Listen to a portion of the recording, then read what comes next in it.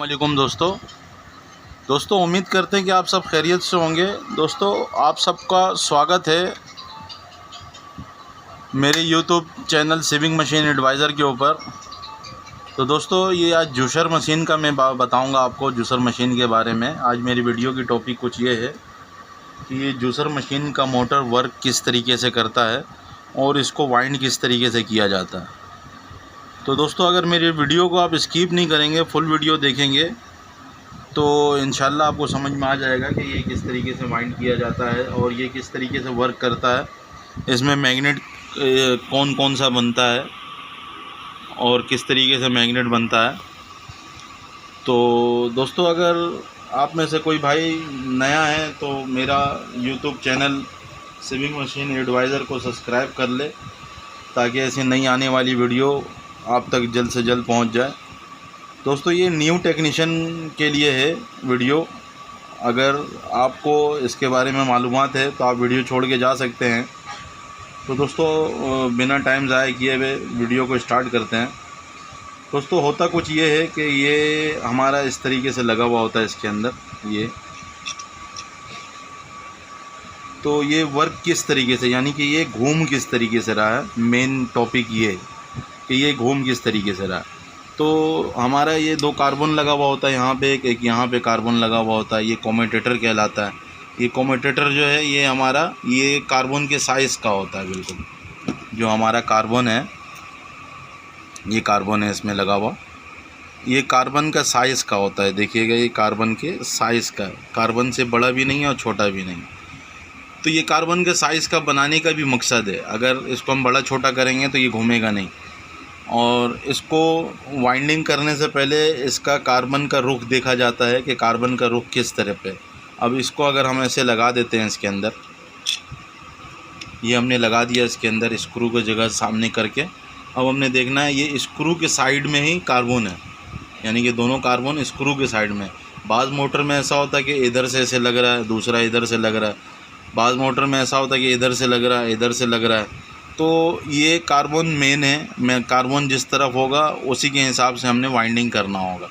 तो होता कुछ ये है कि हमारा जो ये फील्ड कहलाता है, ये फील्ड वाइंडिंग कहलाता है। ये इसका एक कॉइल जला हुआ है, ये हम डालेंगे बाद में इसके अंदर, दूसरा कॉइल सही है।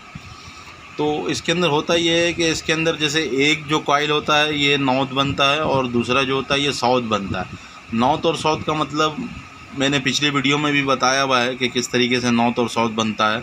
एक मैग्नेट हमने इसके ऊपर करंट देना है सीरीज़ बोर्ड से, 200 वाट के सीरीज़ से हमने करंट देना है और इसके अंदर हमने मैग्नेट को ऐसे चिपकाना है।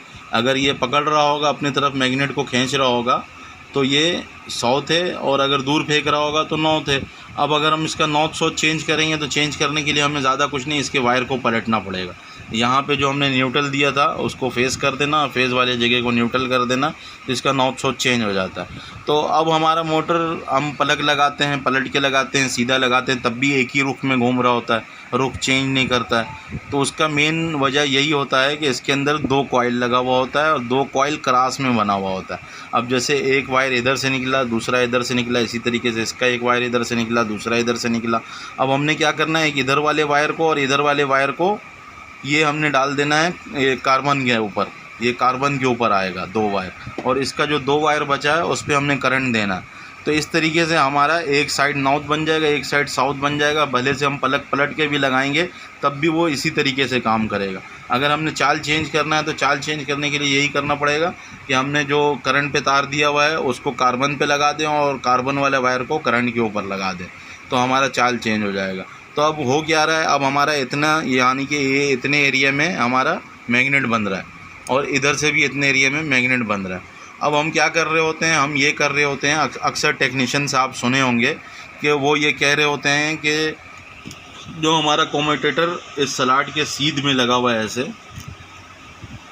कम्यूटेटर हमारा इस स्लॉट के सीध में लगा हुआ है, इससे हमने 4 टन आगे जाना है, 4 कम्यूटेटर पीस आगे जाना है। जैसे 1 2 3 4, जब हम 4 आगे चले जाएंगे तो ये हमारा क्या हो गया, हमारा ये जो कम्यूटेटर पीस है ये हमारा आ गया सामने, इधर इसके सामने फ्यूज़ हमारा कार्बन के सामने चौथा नंबर पिन आ गया और हमारा क्या हुआ, ये इधर से अगर हम रिवर्स गिनती करेंगे तो 1 2 3, तो इसके सामने जो कॉइल हमारा लगा हुआ ये वाला कॉइल, इसके अंदर मैग्नेट बनेगा। ये थ्योरी मैं आपको बता रहा हूँ कि इसके अंदर जब मैग्नेट बनेगा तो ये हिस्सा हमारा कहाँ पे होगा, ये हिस्सा हमारा, अगर हम इसको ऐसे रखेंगे तो ये हिस्सा हमारा देखिएगा ये इसके सेंटर में आ गया, कॉइलों के सेंटर में आ गया। कॉइलों के जब सेंटर में आ जाएगा तो यहाँ पे मैग्नेट बनेगा। अब ये इसके ऊपर भी मैग्नेट बन रहा है। इसी तरीके से जब हमारा यहाँ पे मैग्नेट बना, क्योंकि हमने कनेक्शन कहाँ पे लगाया, 4 पे लगाया, हमारा इधर से गिनती करके हम 4 आगे चले जाएंगे, फिर हमारा वहाँ से 4 पे करंट लगा इसके अंदर। मैग्नेट कौन से कॉइल पे बनेगा, इधर सामने वाले कॉइल पे बनेगा, इधर वाले कॉइल पे नहीं बनेगा, हालांकि हमारा कनेक्शन यहाँ पे लगा हुआ है। तो हमने कनेक्शन यहाँ वाले कॉइल का 4 नंबर पे ले आके लगाया, इस वजह से मैग्नेट यहाँ पे बन रहा है। यहाँ पे मैग्नेट बनेगा और इसका जो दूसरा सिरा जो इस तरफ आया हुआ है, 1 से 6 का जो इसका वाइंडिंग होगा, दूसरा सिरा इस तरफ आया हुआ हो, यानी कि एक साइड से बिल्कुल फील्ड के सेंटर में होगा जो इसका स्लॉट होगा, और दूसरे साइड से हमारा इधर मैग्नेट के ऊपर होगा, यानी कि इस कॉइल के यहाँ पे होगा, ताकि इसको फ्रिक्शन मिलने में यानी कि घूमने में आसानी हो। अब ये इस तरफ भी घूमेगा, इस तरफ भी घूम सकता है। तो जो हमारा ये कनेक्शन के हिसाब से जब हमारा रोटेट का चक्कर, यानी कि जो जिसमें तय किया हुआ होगा कि आपने इसी तरफ घूमना है, तो वो उसी तरफ घूमेगा।